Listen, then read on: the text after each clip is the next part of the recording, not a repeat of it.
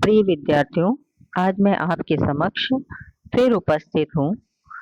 पाठ क्या लिखूं? सीबीएसई द्वारा निर्धारित कक्षा 9 हिंदी पुस्तिका गंगा का पाठ 2 क्या लिखूं, जिसके लेखक हैं पदुमलाल पुन्नालाल बख्शी। लेखक के बारे में थोड़ी सी जानकारी प्राप्त करते हुए कि पदुमलाल पुन्नालाल बख्शी जी का जन्म 1894 में खैरागढ़ में हुआ था और ये हिंदी साहित्य में बहुत कुशल आलोचक, कवि, निबंधकार, हास्य व्यंग्यकार के रूप में जाने जाते रहे हैं। विशेष रूप से निबंध लिखने के लिए प्रसिद्ध रहे हैं। इन्होंने अपने लेखन में आध्यात्म, समाज सुधार और लोक जीवन को प्रमुखता दी है तथा इनका निधन सन 1971 में हो गया था। अब ज्यादा देरी न करते हुए हम पाठ प्रारंभ करते हैं। क्या लिखूं? क्या लिखूं पाठ निबंध शैली में लिखा गया है और इसमें लेखक ने निबंध लेखन के तौर तरीकों को बताते हुए एक छोटी सी भूमिका बताई है।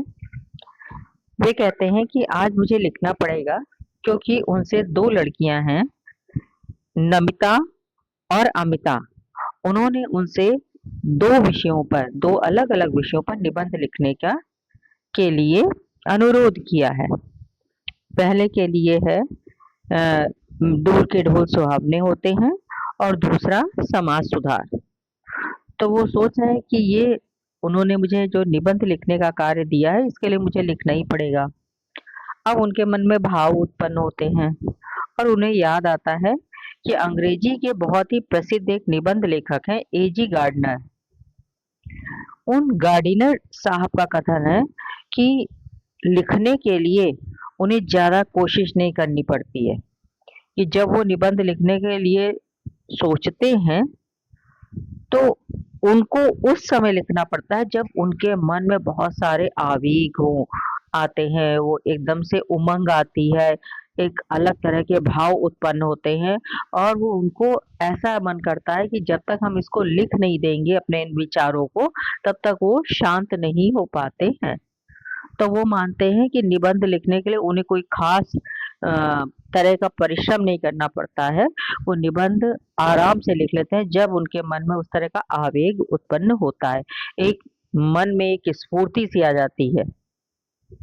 उस समय वो ये भी नहीं सोचते हैं कि कौन से विषय पे उन्हें जो है निबंध लिखना है, उसका विषय कोई भी हो। और इस चीज को उन्होंने एक बहुत ही सरल उदाहरण के माध्यम से बताया है कि जिस तरह से हम हैट टांगने के लिए कोई भी खूंटी का प्रयोग कर सकते हैं, उसी तरह से अपने मन के उन विचारों को प्रकट करने के लिए हम किसी भी तरह से निबंध लिख सकते हैं, किसी भी विषय पर निबंध लिख सकते हैं।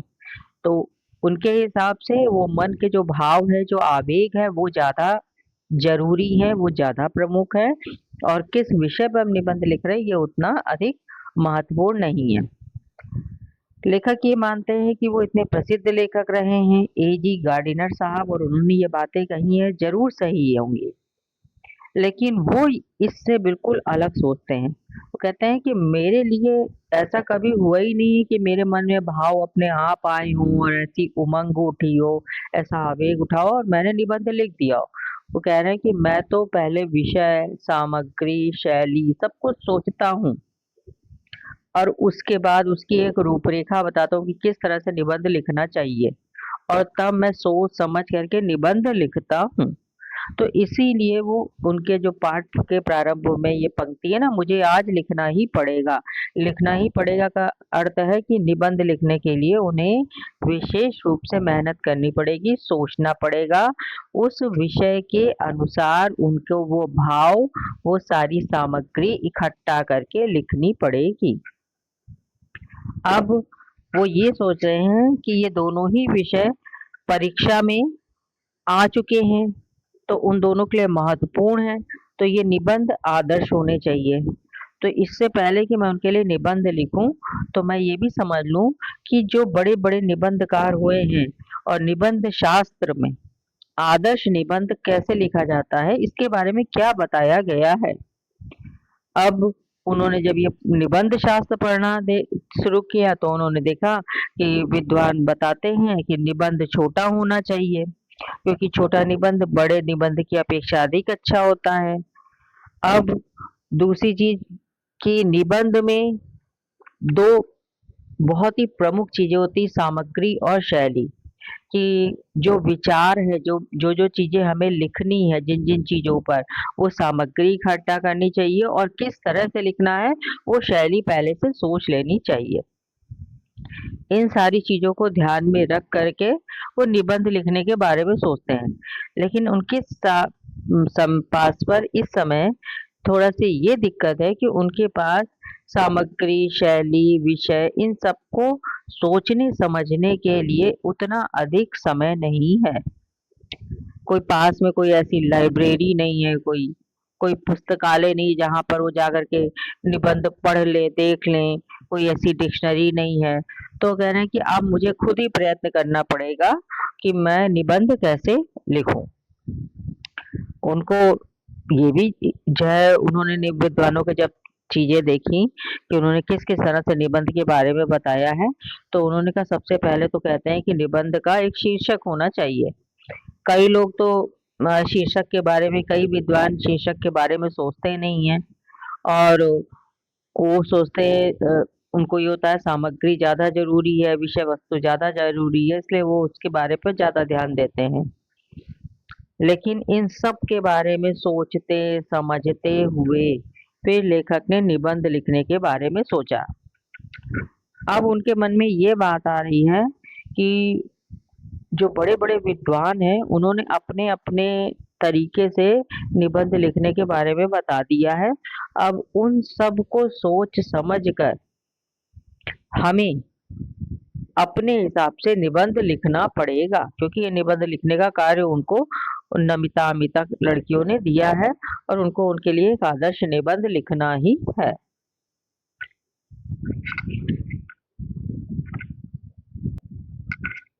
अब लेखक निबंध लिखने के लिए काफी कुछ अपने आप को मानसिक रूप से तैयार कर चुके हैं, इतने विद्वानों की तौर तरीके जानने के बाद।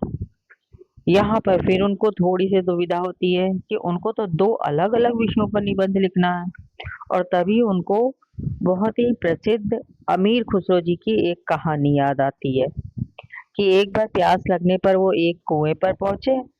वहां पर 4 औरतें पानी भर रही थीं। पानी जब उन्होंने उन औरतों से पानी मांगा तो उन औरतों ने कहा कि हम एक एक विषय दे रहे हैं, आप उस पर हमको कुछ बनाकर सुनाइए, कुछ कविता या कहानी कुछ बनाकर सुनाइए। पहली वाली ने कहा खीर शब्द, दूसरे ने चरखा, तीसरे ने कुत्ता और चौथे ने ढोल। अब अमीर खुसरो बहुत प्रतिभावान थे। उन्होंने क्या किया, उन्होंने इन चारों ही शब्दों को मिलाकर के एक ही कविता बना दी।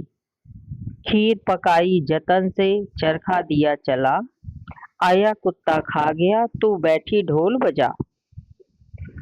अब इस प्रसंग को याद आया लेखक को इसलिए कि उन्होंने जिस तरह से अलग अलग विषयों को मिलाकर एक कविता बना दी थी, तो वो भी क्यों ना दोनों विषयों को मिलाकर एक ही निबंध बना दे, और तब वो इस चीज को स्वीकारते हैं और अपनी कठिनाई को लगभग लगभग समाप्त हुआ समझते हैं। अब उनका पहला विषय था दूर के ढोल सुहावने होते हैं, और दूसरा था समाज सुधार। पहला निबंध दूर के ढोल सुहावने होते हैं, इसके बारे में वो कहते हैं कि अगर कोई भी व्यक्ति दूर से ढोल या नगाड़े की आवाज सुनता है तो उसको बहुत अच्छा लगता है, उसके कान में बहुत अ, अच्छी ध्वनि सुनाई पड़ती है, और उसके दिमाग में ऐसे विचार उत्पन्न होते हैं कि कहीं पर ढोल बज रहा है और नगाड़ा बज रहा है, लग रहा है कि वहां पर कोई खुशी का काम हो रहा है। हो सकता है कि वहां पर कोई शादी हो रही हो सकता है कि वहां पे कोई नई दुल्हन तैयार बैठी हो, उसकी शादी के लिए ढोल बन रहे हो, और जो नई दुल्हन होगी उसके मन में प्रेम, उल्लास, आशंका, संकोच, ये सारी चीजें मन में आ रही होगी कि उसके नया विवाह होने वाला है। तो जो आवाज ढोल या नगाड़े की हमें अपने एकदम कान के पास सुनाई देने पर बहुत ही तीव्र लगती है और बहुत ही खराब लगती है, वही आवाज अगर हम दूर से सुनते हैं तो वो हमें बहुत ही मीठी लगने लगती है। अब इसकी जो दूर के कारण क्या होता है, उसकी जो कर्कशता है वो समाप्त हो जाती है और वो दूर से सुनने पर मधुर बन जाती है। इसी तरह से दूर दूर रहने से हमें यथार्थता की कठोरता का अनुभव नहीं होता है। जो आजकल के बच्चे होते हैं, युवा या तरुण, वो दूर से अपना जीवन देख रहे होते हैं, यानी अपना भविष्य देख रहे होते हैं, तो उनको अपना भविष्य बहुत ही सुहावना लगता है। उनको लगता है कि आने वाला जीवन बहुत सुखद होगा, वो पढ़ेंगे लिखेंगे, उनका भविष्य बनेगा, उनकी भी शादी होगी, उनके दूल्हा दुल्हन आएंगे और वो भी एक अच्छी जिंदगी बिताएंगे। उनको ये संसार बहुत ही सुंदर लगता है, हर चीज बहुत ही सुहावनी लगती है, क्योंकि ये सारी चीजें वो इस समय दूर से अनुभव कर रहे होते हैं। ये उन्होंने अभी झेली नहीं है, उन्होंने इसका अनुभव नहीं किया है, उन्होंने इसको अपने पास से देखा नहीं है। लेकिन जो बूढ़े हो गए हैं, जिन्होंने इस यथार्थ की कठोरता का अनुभव कर लिया है, वो क्या करते हैं, वो अपना जो बीता हुआ जीवन है उसकी प्यारी प्यारी यादों में खो जाते हैं और उनको आज का जीवन तो खराब लगता है, लेकिन जो उनका बचपन था, जो जवानी थी, वो उनका उसका स्वप्न वो देखते हैं और वो उनको बहुत ही अच्छा लगता है कि किस तरह से वो अ, युवा थे, किस तरह से वो दौड़ भाग कर हर काम कर लेते थे, उनका जीवन कितना सुंदर था, उसमें कितनी स्फूर्ति, उमंग, उल्लास था। तो अब यहाँ पर बात आती है समाज सुधार वाले विषय की, कि जिस तरह से तरुण या युवा अपने जीवन संग्राम से दूर है, क्योंकि आने वाला जो जीवन है उनका, उसमें के अंदर बहुत सारी ऐसी हकीकत होगी जो कठिन होगी, जिसको उन्होंने अनुभव नहीं किया है। तो उनके लिए वो दूर के ढोल सुहावने होते हैं, उस तरह से ये जीवन उनको अभी सुंदर और मनमोहक लगता है, अभी का जीवन। उसी प्रकार से जो वृद्ध हैं, वो भी जो अपना जीवन बिता चुके हैं, उन्हीं सुहावने दिनों को याद कर रहे हैं। लेकिन क्या होता है कि वो दोनों आज को, अपने वर्तमान को दोनों ही नहीं देखना चाहते, दोनों को ही असंतोष होता है। जो युवा होते हैं, वो चाहते हैं कि उनका भविष्य जल्दी से आज आ जाए, और जो बूढ़े होते हैं वो सोचते हैं कि जो वो अच्छा समय बिता चुके हैं वो जल्दी से फिर से आ जाए। तो वर्तमान इससे उनका शुभ रहता है, वर्तमान काल सुधारों का काल बना रहता है। फिर वर्तमान समय में क्या होता है, वो अपने आने वाले समय के लिए सुधार करते हैं, और जो वृद्ध है वो अपने बीते वाले समय को पाने के लिए अपने आज को सुधार बना लेते हैं, अपने आज में सुधार करते रहते हैं। तो इस तरह से क्या होता है कि मनुष्य जाति के इतिहास में सुधार चलते रहते हैं। जो समाज सुधार वाला दूसरा विषय है, वो इस विषय के साथ जुड़ जाता है। अब समाज सुधार होता है कि बड़े बड़े समाज सुधारक हुए हैं, लेकिन आज भी उन्होंने बहुत सारे सुधार किए, लेकिन आज भी सुधार होते रह रहे हैं। भारत के इतिहास में बुद्धदेव, महावीर स्वामी, नागार्जुन, शंकराचार्य, कबीर, नानक, राजा राम मोहन राय, स्वामी दयानंद, महात्मा गांधी, बहुत सारे सुधारक हुए हैं और इन्होंने समाज में नए नए तरह के सुधार किए हैं।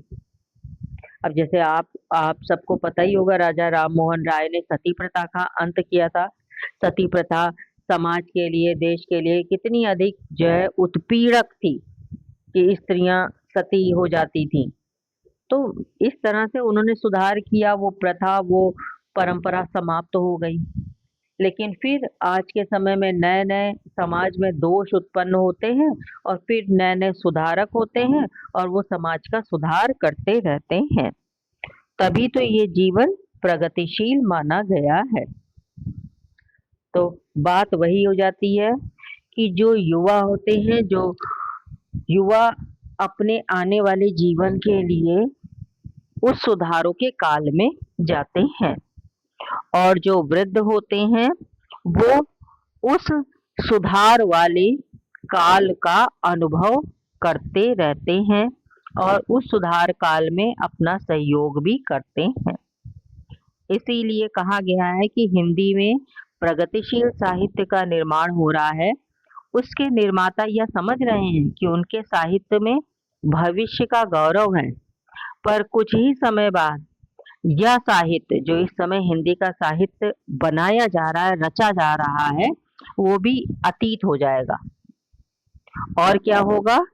जो आज के युवा हैं, जो साहित्य बना रहे हैं, वही वृद्ध होकर फिर अतीत के गौरव का स्वप्न देखेंगे।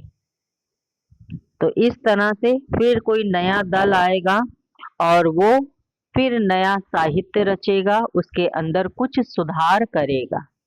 जिस तरह से समाज में आज जो सुधार हो रहे हैं, जो सुधारक सुधार कर रहे हैं, कल वो वृद्ध हो जाएंगे, आगे बढ़ जाएंगे, फिर नया दल आएगा, फिर वो सुधार करेगा।